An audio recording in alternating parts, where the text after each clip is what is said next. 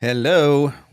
We're back for Free Advice Friday. I'm ready to spend an hour with you on a Friday afternoon answering your voiceover business and marketing questions and helping you in any way that I can to grow and scale your voiceover business. That is always the objective. And scale is actually one of the things that I want to talk about today. And this is inspired by a couple of different coaching sessions that I had this week that got me thinking about this in a slightly different way.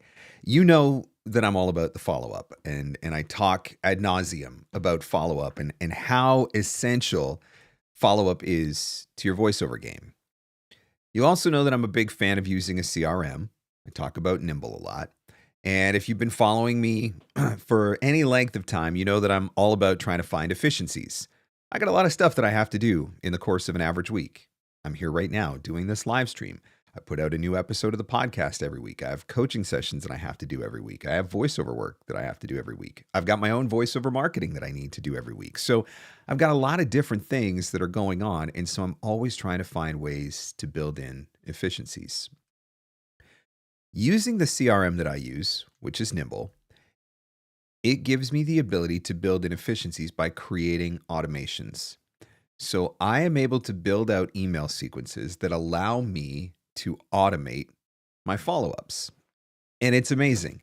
And it buys me back a lot of time. And with the time that I buy back by no longer having to manually send follow-ups, I can focus on other things like getting out a new episode of the podcast or being here to do this live stream, or maybe even contacting some more new leads and getting some more people into my pipeline. One of the things that I think is a misconception that comes up every once in a while with CRMs is that I don't need a CRM until my business hits a certain point. Pick a number.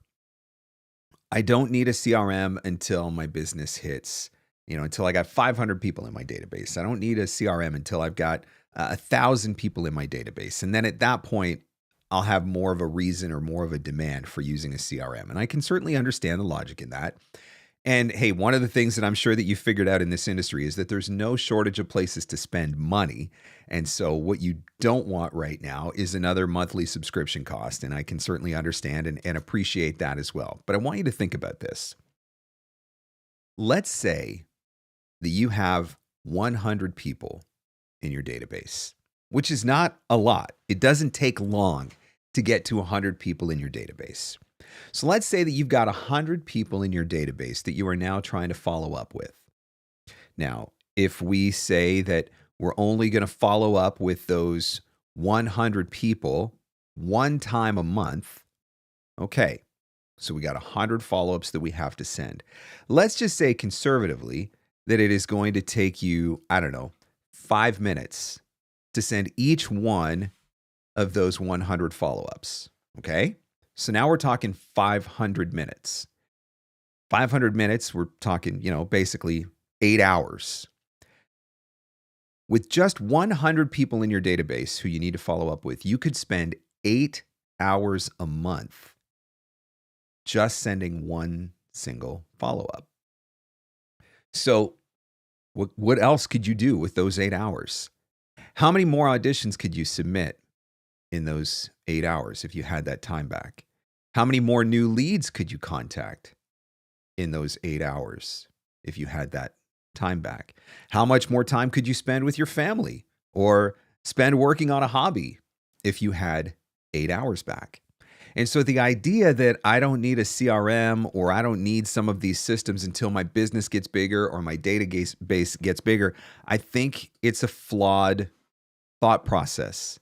I think it's a dangerous thought process because I think that it can be costing you a lot of valuable time in your business. And so I would encourage you to think about even sooner signing up, getting your CRM, getting it up and running, and being able to build that scalability into your business. When you can start to automate some of that stuff, it is going to get you back time. And you don't need to have a huge database in order to gain back a huge amount of time, as the math just showed. You guys know that I'm a big fan of Nimble.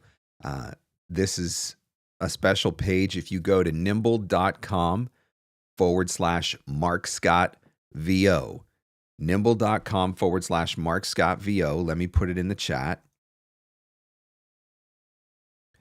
You can sign up for Nimble at that page, get a fully functioning 30-day trial. That's a longer trial than what they offer if you just sign up for their regular plan. So this is a fully functioning trial. You don't have to put in your credit card, completely free to test drive it. Play around with it, look at it, learn a little bit more about it. And I'm telling you, this is one of the ways that you can build scale into your business. And that is absolutely so key. So just something that I was thinking about this week because it came up a couple of times in coaching sessions, and I wanted to share it with you. I wanted to get you thinking about it. But hey, this is Free Advice Friday, and I'm here to give you free advice about the things that you're thinking about as well. And so if there are questions that you have that you would, how did I already get a thumbs down? Wow.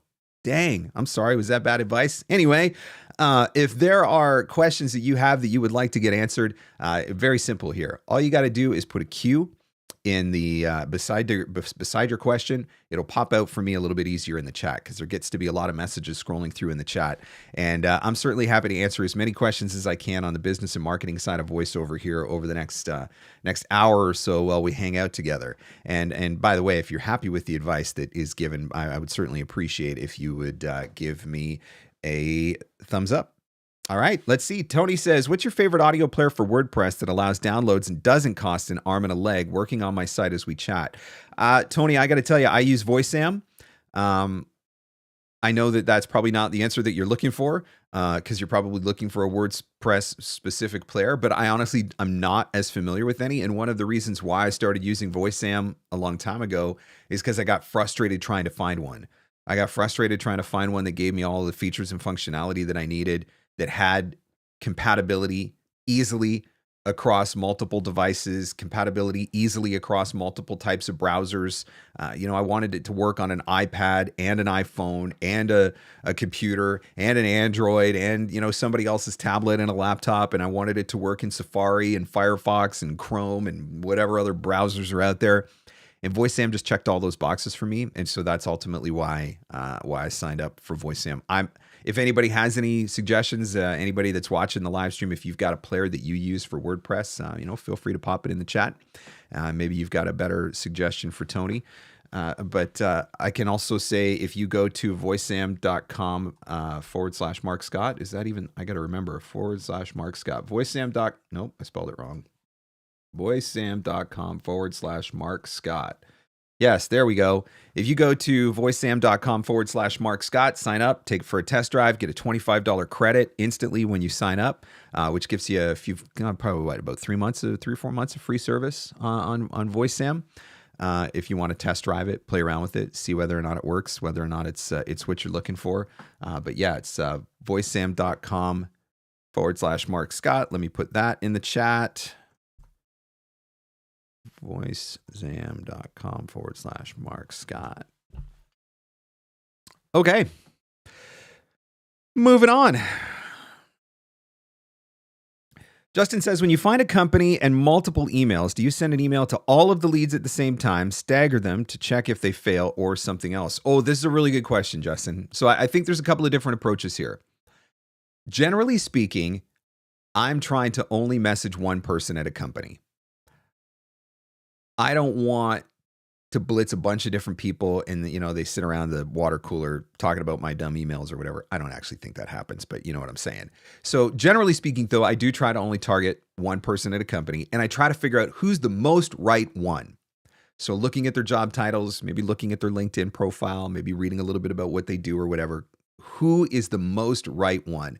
And I try to target that person. At the same time, I am not afraid to put a note in the bottom of the email that says, if you are not the person who handles voice actors in the company, please feel free to forward my information to the person who is. I'm never afraid to put that in. And so that's one of the ways that you can work with it. Now, all that being said,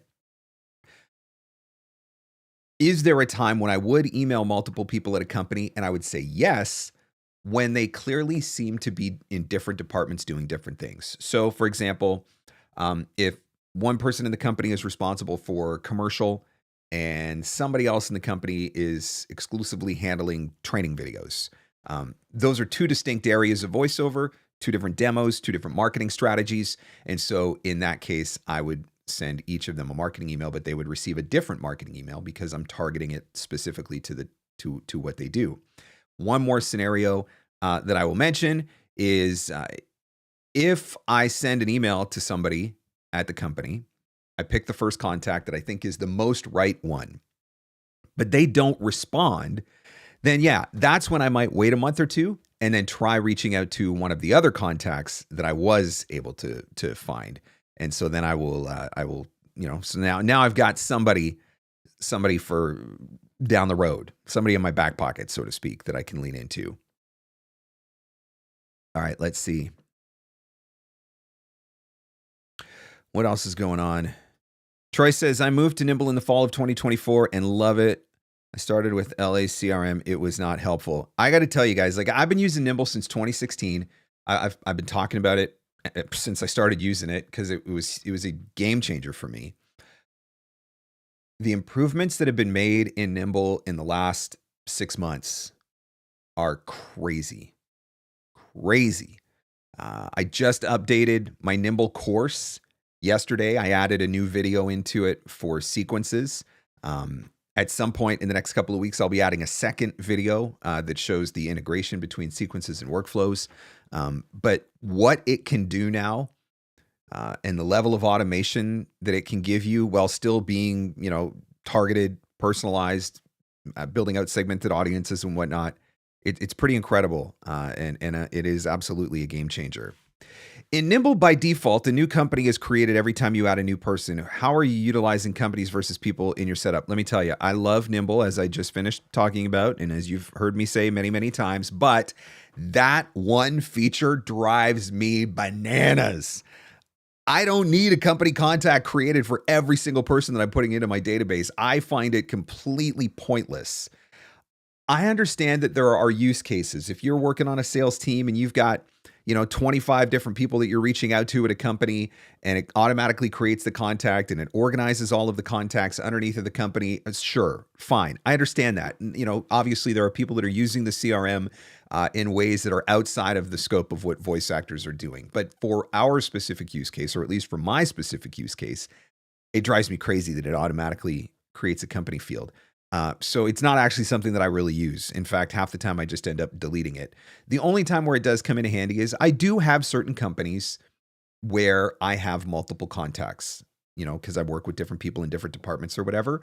And so it's a really nice way to be able to, if I need to find everybody at the company at once and maybe send out an email to everybody at the company at once or something like that, that works.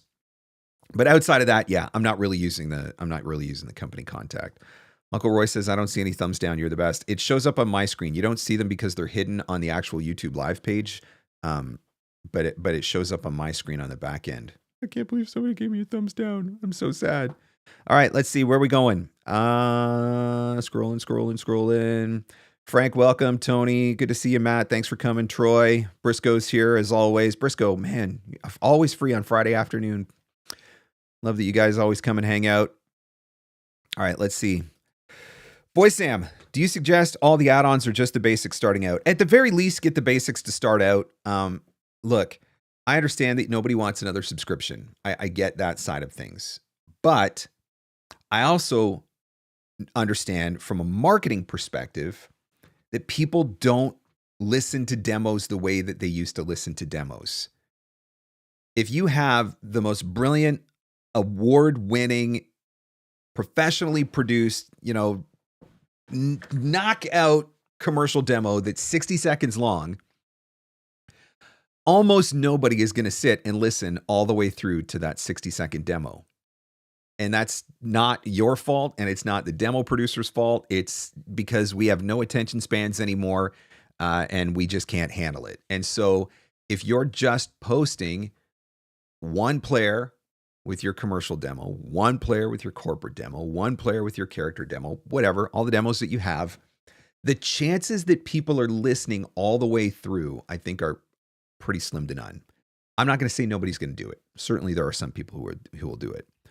The reason why VoiceZam works is because it gives you the ability to break that up completely. So you can post your commercial demo as a whole, and somebody can listen to it as a whole, and they can download it as a whole, or they can just as easily listen to the individual spots and download the individual spots. And so if a producer comes to your website or a casting director comes to your website and they're looking for something very specific, they're looking for a very specific read. If you have something in your VoiceZam player that's labeled by that specific read, then you just saved them a bunch of time, which immediately made you their friend. But even if you don't, as they're looking through and they listen and they're like, that's the spot. That's the one I'm looking for. I can't tell you how many times I've had somebody through my website who have come to me and sent me an audition and said, I want you to do it like X spot on X demo, because they're able to listen to the individual spots. And so I think that is the big value proposition there is a lot of it is just in how we are consuming content now. But you can get that stuff with just the free VoiceZam. Can you add in the ZAM stats? Sure. And is there insights to be learned from those? Absolutely. You can figure out very quickly what demos are getting listened to the most, which demos aren't getting listened to. The demos that are getting listened to the most, maybe those are ones you want to double down on for your marketing. The demos that aren't getting listened to as often, is it because they're old? Is it because they need to be updated? Is it because they're not as good? Or is it because you're not doing a good job of marketing them? There's lots that can be learned from that. But I don't think you have to have all of that stuff in order to get real value out of the player. I think you can get that real value out of the player with just the basic player. What's up, Mark? Got any advice for a first-time presenter at VOA? Rehearse, rehearse, rehearse, and then rehearse a little bit more. Even to this day, I mean, I could probably walk into any voiceover conference at this point and pull a 60-minute presentation about marketing out of my butt just because I've been doing it long enough. But even to this day, before I speak at a conference or an event, I am literally doing rehearsal. Like, I got a TV on the wall right over there, and I put my slides up on the TV, and I literally present. If it's a 1-hour session, I literally present that 1-hour session. And for me, there's two things that come from that. One, it gets me that much more comfortable with the content and the actual flow of the presentation. But as I'm walking through that presentation, I'm thinking about how I'm going to talk about things. Because the whole presentation, the script there's not a script, right? It's not like there's a script on all the slides. And so as I'm walking through it, and I'm coming up with little anecdotes or little sayings or a particular story that I want to tell or whatever, I can then make notes of those things in the presenter's notes so that I can refer back to them later. But yeah, even to this day, I still do rehearsals. Even like if I'm doing, I just taught my follow-up Academy Masterclass 2 weeks ago. I rehearsed that before I taught that live on Zoom. I walk through that whole entire presentation. I make sure that I'm comfortable with the slides. I make sure that I know what's coming up next. So I think that's really important. I think one of the smartest things I did, this is just a dumb little tip, but still, one of the smartest things I did for presenting at conferences was I bought a remote for my computer. If I stand in front of my laptop, if you've got slides, if I stand in front of my laptop and I just have to keep hitting the button, I find that I get more focused on the laptop and the slides than on the actual audience. So if I have that remote in my hand, I can still control the laptop, but I can come out from behind the podium and I can actually join and engage with the audience on a different level. And I found that was something, it's just a little simple thing, but it actually made a big difference in how I presented. But just remember that you are not, when you're doing something at an event like a VO Atlanta, in my opinion, you are not being judged for your presentation nearly as much as the quality of your content. And so what I mean by that is if you are not giving the most polished and professional presentation, or you don't have the fanciest, most well-produced slides or whatever, it doesn't matter. They're not there for that. They're there for the information that you're providing. And if you're providing great information, if you're adding value in that way, that's what ultimately matters. So take that with you to VO Atlanta. Tanya says, I love Nimble. One of the features I most appreciate is that it can be associated with your email platform and automatically logs those communications activities into a contact company profile. Yeah, absolutely. And Nimble has really deep integration if you're using Google Workspace or G Suite or whatever the heck it's called this week, and Microsoft Office or Live or 365 or whatever it's called this week. And so that's one of the things that I really enjoy. I'm a Gmail user, and so I've got that deep integration is really awesome to have. So again, guys, if you got a question that you would like to ask for Free Advice Friday, don't be shy. Feel free to pop that question into the chat. If you put a Q beside it, it just makes it a little bit easier for me to recognize the questions from some of the random comments in the chat stream.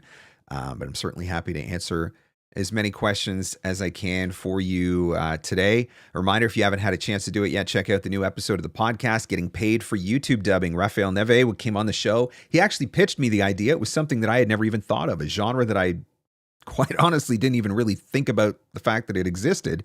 So I was so grateful that he pitched me the idea, and brilliant episode. So that's available right here on the YouTube channel or wherever fine podcasts are given away for free. So that's the new episode that dropped yesterday.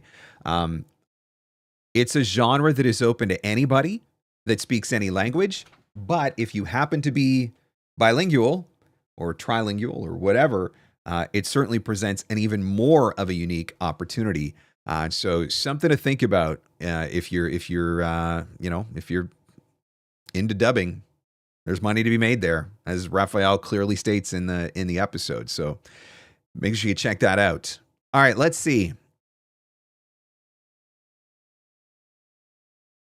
How long does it typically take for the average marketing campaign to start paying off? Ballpark number. I know there's no concrete answer. Man, I don't even know that I can give you a ballpark number, because the challenge with what we do is we're at the mercy of production cycles, and I don't know what those production cycles look like. So what I mean by that is I could reach out to an e-learning company and I could send them the best email and have the best demo, and they could absolutely love me and absolutely think that I'm fantastic.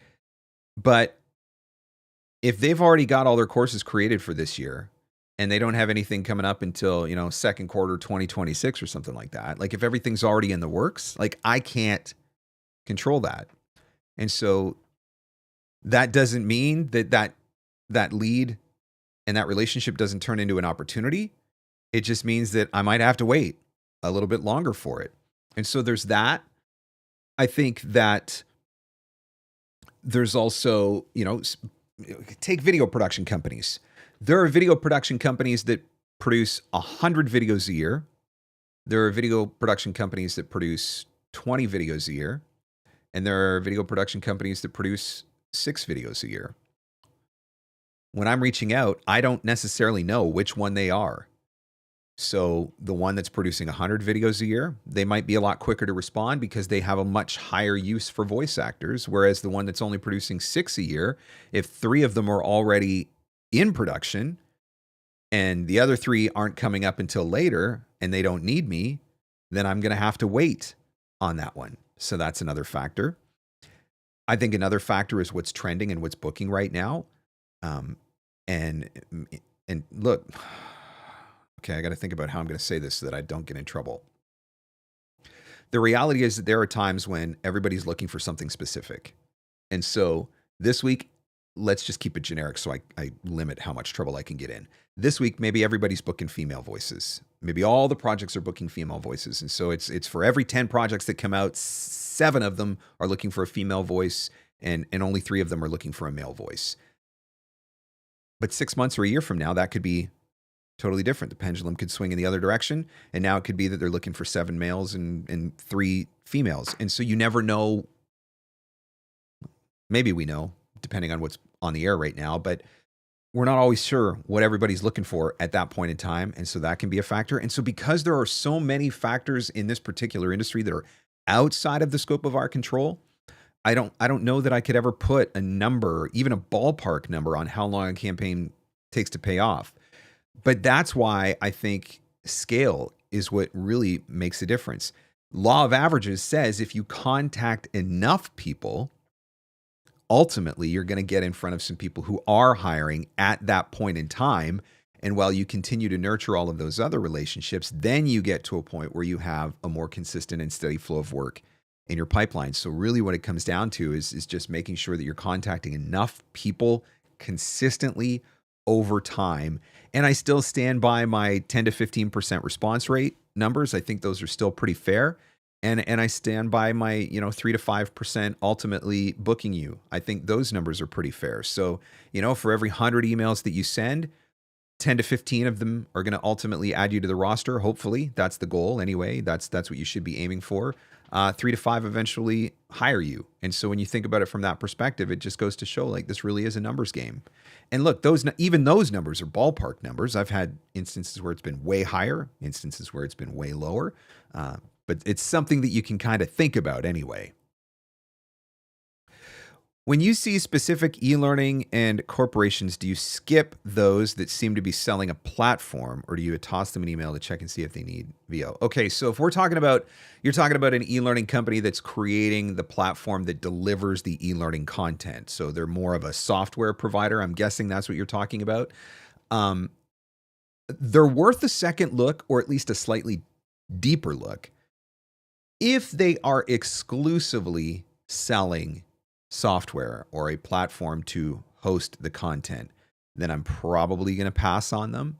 But some of them do offer services for creating the content as well. And so those ones, there's a chance at least.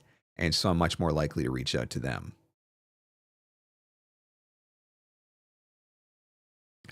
Catherine says, if a VO also does other creative things, say fine art painting, when you encourage using one Instagram account to promote both, I am a big fan of letting people see you. I am a big fan of showing other sides. And I think for any of you that follow me on social media, I think you've probably seen that. I don't just talk exclusively about voiceover. I mean, you saw the picture some of you anyway, saw the picture that I posted on Facebook earlier this week where I had my smoker torn into 1,000 pieces and stretched out across my workshop because I had to repair my smoker. I'm okay with people seeing that side of me because it gives them something else to relate to me. And so I don't think if you do other creative things, I don't think there's a problem mixing that in to your Instagram and letting people see that side of you, because maybe that's the thing that sparks the conversation. Maybe somebody that you've been nurturing for a while sees that painting and it connects with them on some way, and that's what starts the conversation that gets things going, because that's where the personal connection ultimately got made. So yeah, for me, I don't have a problem with intermingling those things. Now, just to clarify, if you are looking to heavily promote your art and sell your art and that's a different value proposition, that would be an opportunity for a completely separate channel. But again, that doesn't mean that you still can't have crossover. So I guess part of it is determining what is your objective and keep that in mind. Jay says, if the answer is contained in information that I have yet to read, point me that way. But how do you include an interactive unsubscribe option language in your follow-ups? So I do that in Nimble. That is because those follow-ups that I'm sending are happening through Nimble. And Nimble does give you the ability to add unsubscribe links to their emails if you're doing them as group messages, or if you're doing them as sequences. You can also add those unsubscribes, and they're in the editor controls. So when you're typing out your email, there's a little drop down. Now, outside of that, if you're using a different CRM, I can't tell you specifically how it works. And if you're not using a CRM, you can still easily just put a line that says, at the bottom of the email, you could put a line that says, if you no longer wish to receive emails, just reply stop, for example. And so you don't even have to have something specifically that does it. Nimble obviously has that feature built in, but if you're not using something like that, that's an easy workaround for it. Again, welcome to Free Advice Friday. Looking forward to answering as many questions as I can for you guys today. If I miss your question, or if you didn't put a Q beside your question, which may have caused me to miss your question, don't be afraid to type it again. If you need to, it's not that I'm ignoring you. I may have just simply missed it. So don't be afraid to bring it in again and put it into the chat again. And I'm keeping an eye out for as many. All right, let's see. Let's see what else is going on. I am looking, scrolling. Can you share any stories of particularly great breakthroughs you've had with students? My favorite thing in the world is when they get the first booking on their own. Up to the point that the first booking comes, generally speaking, it feels impossible. It feels like this thing that is just not going to happen. And the reason why it usually feels like that is because it can take a while to get there. You might send a lot of emails before you get that first booking. You might have to do a lot of follow-ups. You're going to do a lot of lead generation. And you do it and you're constantly putting it out there, and there's no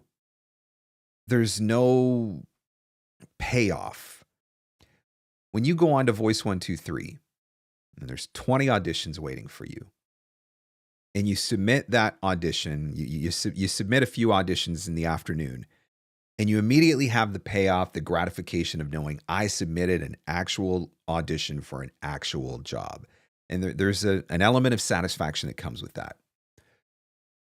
When you send 100 marketing emails and nobody hires you, it feels completely pointless. It feels like a total waste of time. It feels incredibly discouraging. When you are posting consistently over and over and over again on Instagram or on TikTok or on LinkedIn, and you're just not getting great reach, or you're just not getting a lot of comments or whatever, it feels pointless. And it's really easy to get discouraged, and it's really easy to want to quit. But when that first booking comes, all of a sudden you're like, oh, dang, maybe this does work. Maybe this actually is legit. And not too long after that, there will be another. And before you know it, you'll be on your way to building a business. And so that is one of my favorite things, is just getting them to that first booking when they've never done marketing in this way before. I think that is incredibly gratifying.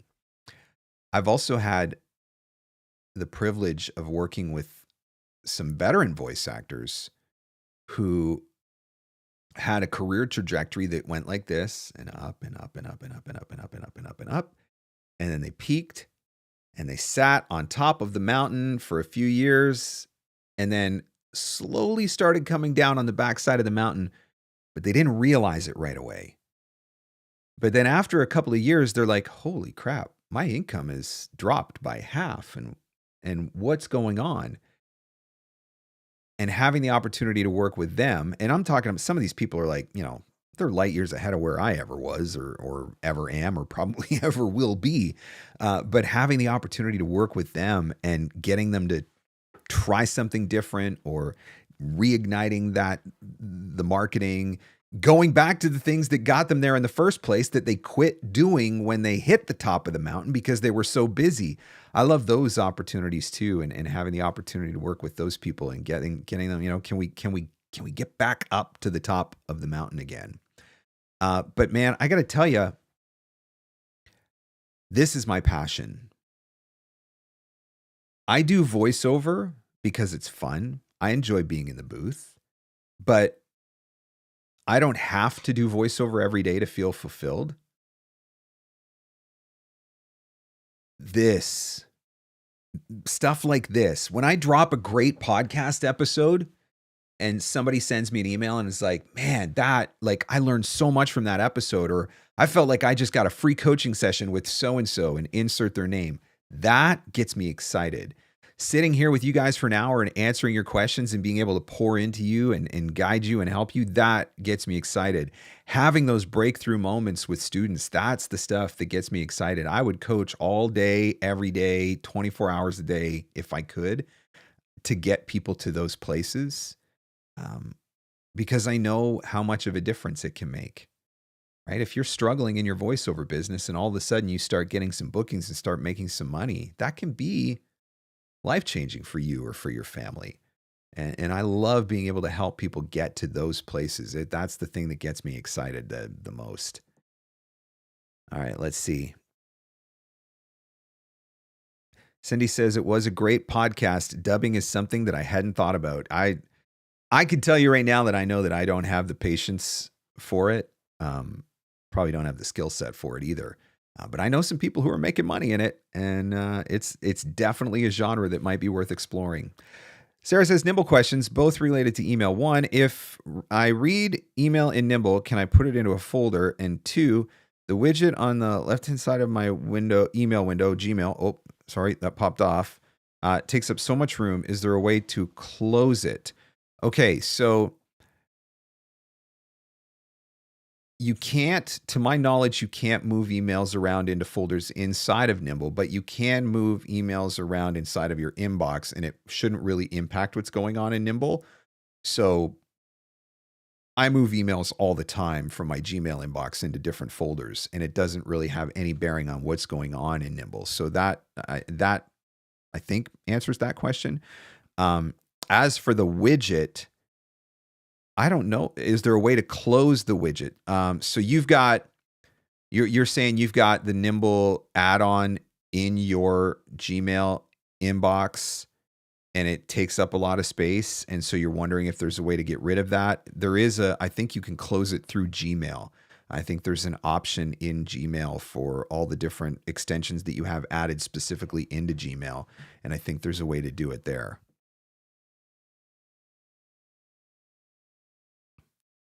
What is your recommendation for the duration of demos? 30 seconds, 60 seconds, depends on genre. I definitely think it depends on the genre. This is the type of question that I would generally defer to somebody who's much more smarter than I am on the subject of demos. I would say 60 seconds, though. I think that's pretty reasonable for a lot of genres. Your e-learning demo might be a little bit longer. If you're doing like a documentary type narration or TV narration genre or something like that, it might be a lot longer. One of the things that I think, and this is probably more personal than anything, so take it with a grain of salt, always consult the demo producer. Demo producers are smarter than me. I just find sometimes that it's not even so much about the overall length of the demo as it is the overall length of the clips. Sometimes I think people put clips in that are too long. I think like if you've got like a 15 or 16 second clip in your commercial demo, sometimes I think that feels like it's too long. But again, I just market the demos. I don't produce the demos. So, take what I say and for what it's worth. In Nimble, how does the genre tabs work? Do you use it? And if so, do you find it useful? Oh, the genres tab. I don't even think I know what the genres tab is. Hang on. Now I got to open Nimble. I'm opening Nimble to look at it. What is the genres tab? I see today. Are you talking about under contact? Where is the genres tab? I don't even know where that is. I don't see a genres tab. All people, companies, marked important, recently viewed, recently added, recently contacted, stay in touch, remove contacts. I'm not sure what that is. You're going to have to let me know. I don't think I see that.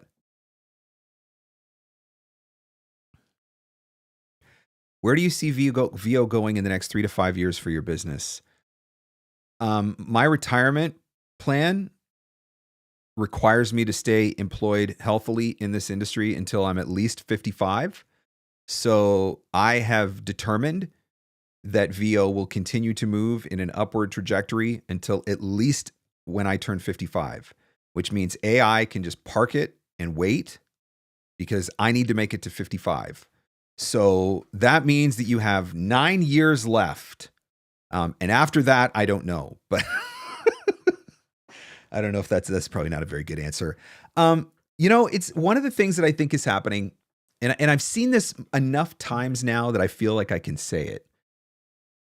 When AI first came out, it was the shiny new object, and everybody wanted to play with it because it was the shiny new object. But I think two things have happened since.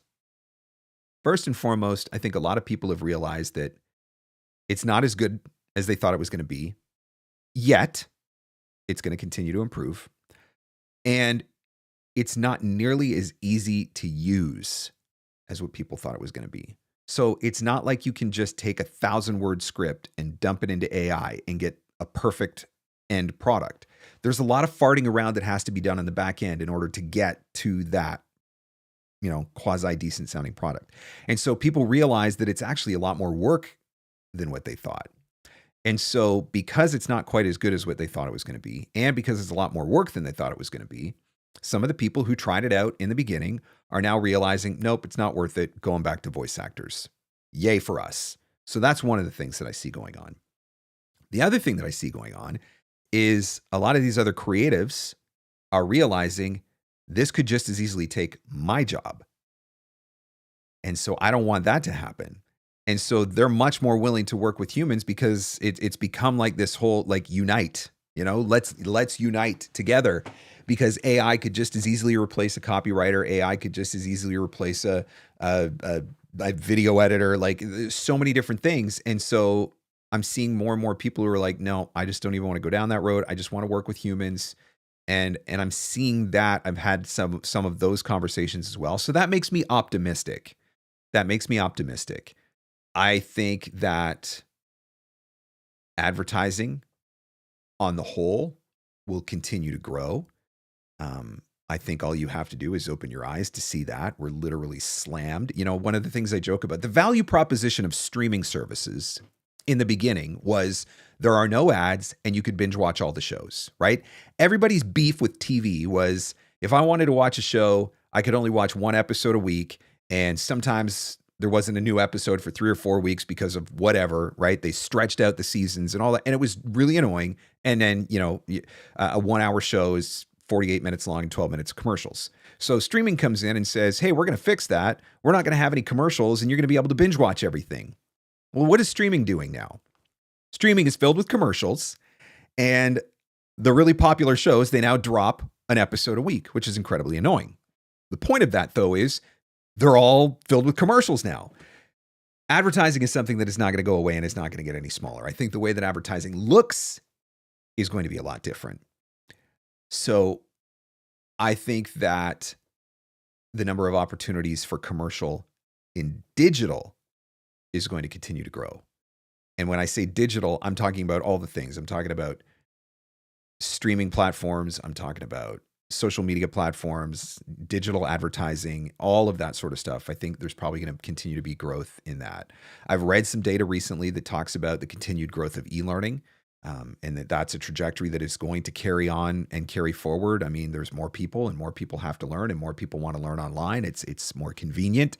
And so, what does all that mean? I mean, look, I don't have a crystal ball to look into. So where are we going the next 3 to 5 years? I'm optimistic, I think.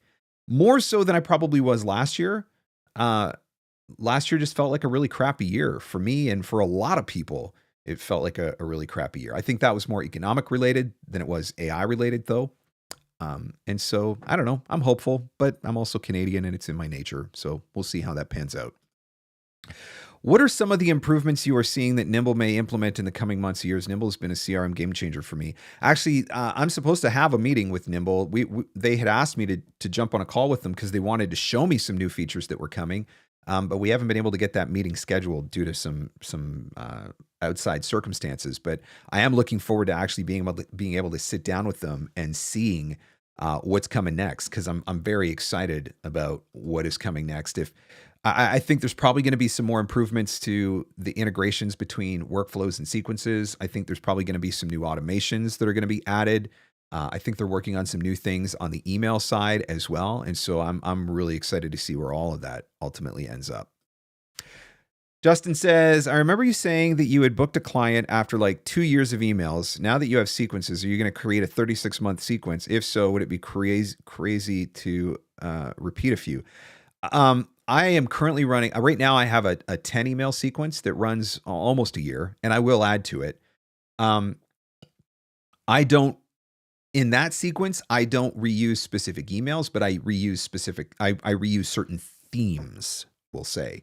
So in one of the early emails in the sequence, I share a testimonial. And in one of the later emails in the sequence, I share a testimonial. And so, yeah, over 3 years is an eternity. Can you even remember anything that was in an email that you got 3 months ago? Most of us can't. I certainly can't. And so, yeah, I'm not, I don't think if you were going to create a sequence that lasted that long, I don't see any reason why you couldn't repeat. I would not use word for word, but I would certainly reuse certain ideas or certain themes or certain concepts and maybe come at them from a slightly different perspective.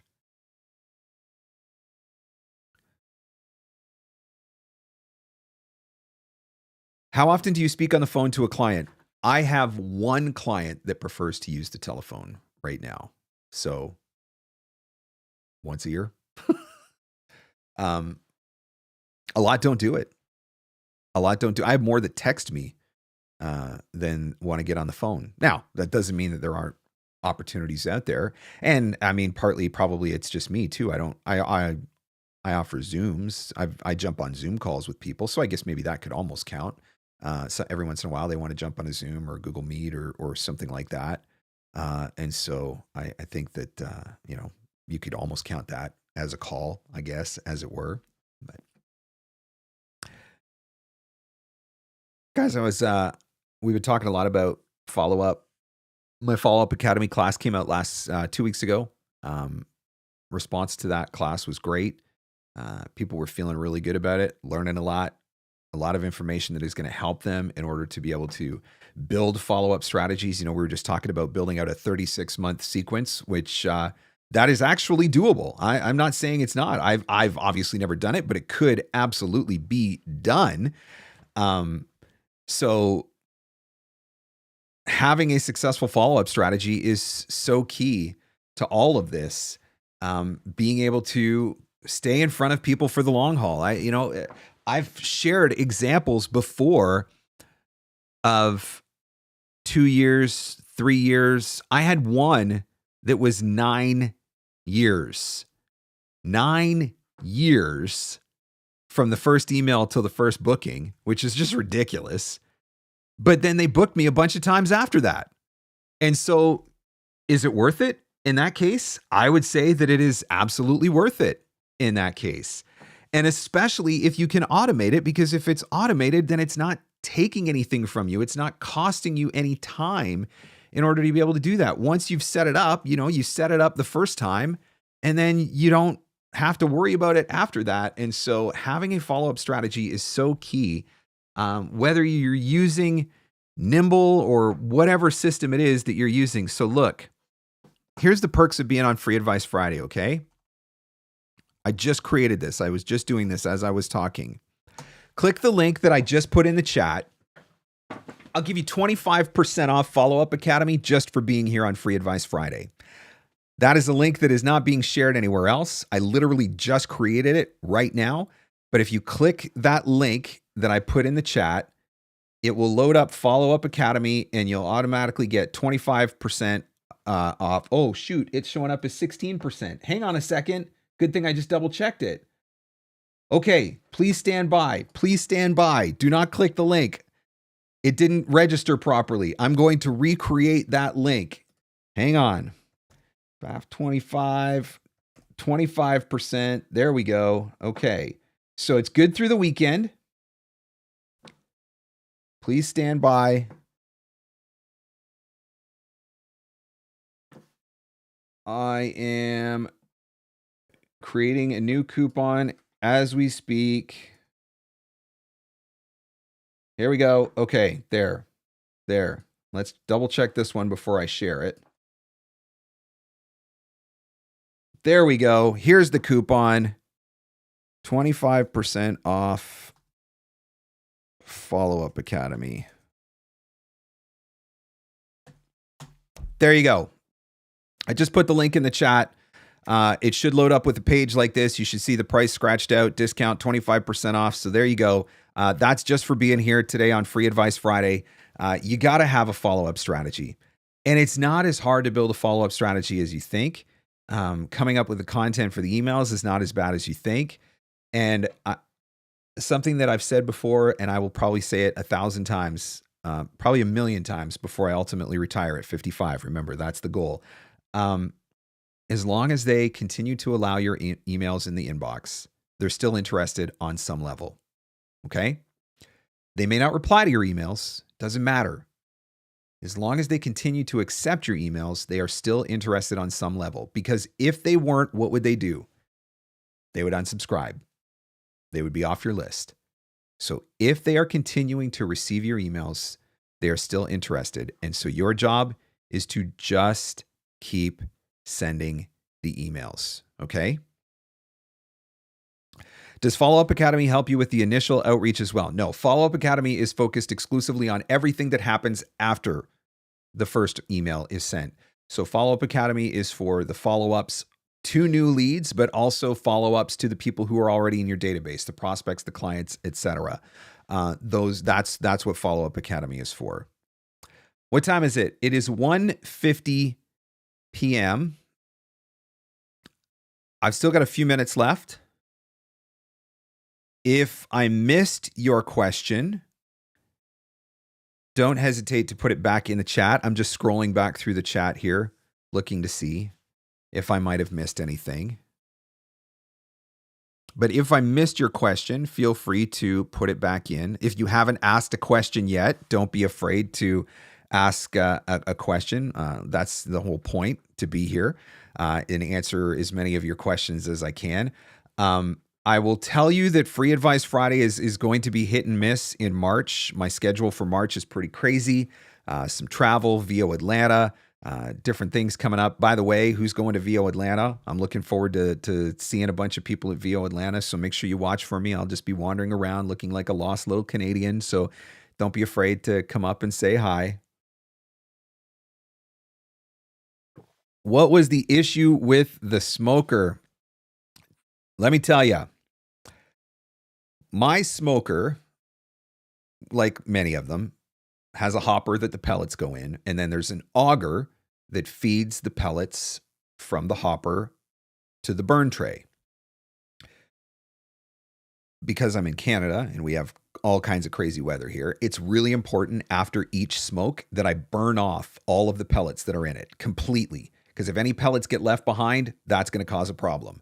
Apparently, the last time I used the smoker, I did not get all of the pellets burned off. So what happened was we had some rain and those pellets got wet.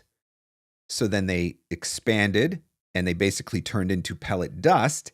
And then we had 2 weeks, 3 weeks of deep freeze, like minus 25 every day. And so everything froze solid. So what I ultimately ended up having to do was tear the smoker completely apart so that I could pull the auger out, which in and of itself was almost impossible, and clear all of that crap out so that the auger would start working again. Thankfully, it didn't burn out the motor. That was lucky. But yes, the smoker is fixed. It is running again. And next up on my list, I have to make bacon because I am almost out of bacon again. And once you've made your own bacon, you will never go back. So I will be hitting up the butcher possibly this weekend for 20 pounds of pork belly and making my own bacon. So I'm looking forward to that. Is there someone or somewhere I can pay to do this email marketing stuff? Would love to offload this task. As a matter of fact, there is. Please stand by while I get you a link. VA for VO is a service that gives you the ability to hire virtual assistants, but the virtual assistants that they have are virtual assistants who work in the voiceover industry. So they already understand the industry. They understand what we're doing. Some of the virtual assistants at VA for VO have taken voiceover marketing playbook, and so they bring that knowledge set to what they do. So I just put a link in the chat. Dave, check that link out for VA for VO. If you want to find out a little bit more about it, you can sign up for it. When you sign up, you'll go through an intake process with the fine ladies of VA for VO who will put you through a bunch of questionnaires and stuff like that so they can figure out exactly who you're looking for. Then they will match you up with 3 potential VAs, and then you have the opportunity to interview or choose those VAs. And in theory, yes, you could absolutely find one of them who would do a lot of this email marketing stuff for you. I don't blame you for wanting to outsource it. It is not the funnest part of what we do by any stretch of the imagination. But yeah, check out that link that I just posted there for VA for VO. Matt says, not exactly marketing, but I have a prospect asking about my e-learning rates. When quoting for e-learning, when do you quote per word versus per finished minute? So for me personally, I quote per word always. Always. And the reason why I quote per word is because you can't screw it up. So, and what I mean by that is a client could say, well, we've got this script that's going to be, it's going to be approximately 20 minutes. So then you quote them a price. Okay, 20 minutes of e-learning at whatever your per finished minute price is. But then when you get in and actually start recording, it actually ends up being a 31-minute script. But you've already quoted them a price. Now, granted, you quoted them a price for 20 minutes of e-learning, but they've seen that number and that's the number in your head. And now you're going to have to come back and try to get a 30% increase on the rate. Whereas if I give them a per word rate, it can't be screwed up because the script is the script. So nobody's going to look at a 1,000-word script and say, he's going to read it 150 words a minute, or he's going to read it 125 words a minute, or he's going to read it 175 words a minute. Doesn't matter. 1,000 words is 1,000 words times whatever your per finished word rate is. The way that I pitch that to clients is that it gets them a more fair and accurate quote every time. And I've never had any pushback on that. So I always quote per word.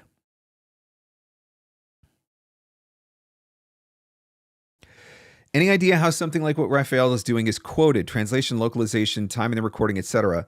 Also, this girl has a smoker too. I do think that there are rates for dubbing in the GVA rate guide. I don't think that that would incorporate some of the extra services that Rafael is doing. And so that's something that you would probably have to come up with a price, maybe a per project, or maybe it's an hourly rate that you charge for some of those additional services.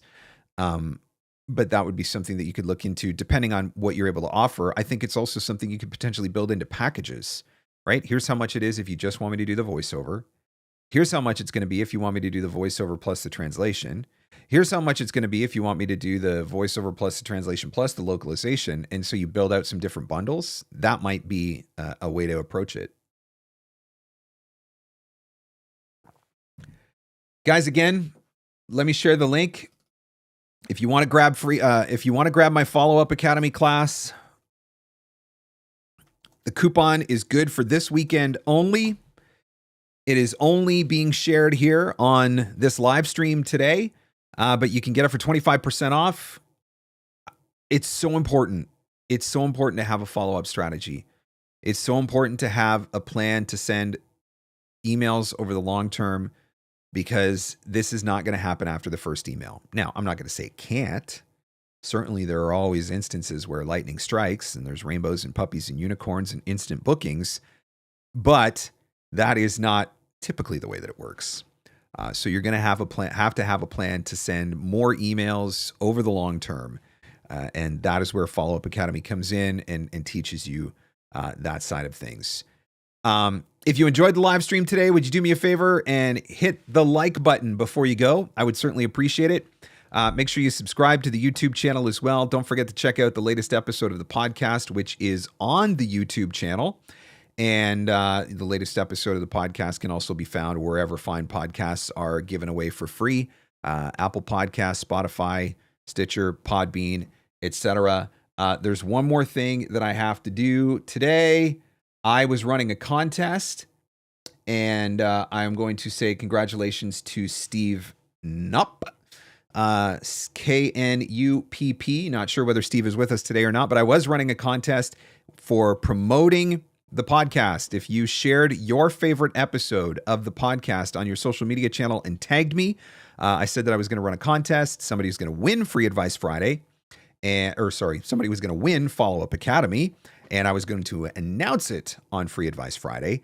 And so congratulations to Steve He shared the episode that I did with Bobby Maxwell on automotive. He shared it on X and tagged me. Thank you to everybody who shared. I know there were some that shared on Instagram, some who shared on LinkedIn. I appreciate it, but congratulations to Steve. Steve, I will be in touch with you to figure out how to get you set up with access to your class. So congratulations to him. All right, everybody. Hey, look, there's David. David's watching. David's the GVAA guy. David, there's a dubbing category in GVAA, right? We'll find out. We'll get it straight from the source. But yeah, I'm pretty sure there is. All right, everyone. Thank you so much for watching. As always, I appreciate it. Hopefully you have lots of fun and exciting plans this weekend. You're getting ready, getting excited for VO Atlanta. I'm looking forward to seeing so many of you there as well. No Free Advice Friday next week. I will not be available for it, but we'll see about possibly the Friday after that. In the meantime, listen to the podcast, go back and watch the old archives. There's lots of great content there for you, okay? All right. With that, it's time to go because I got another coaching session I got to get ready for. So as always, whatever you decide to do this weekend, have fun, stay safe, and go find some leads.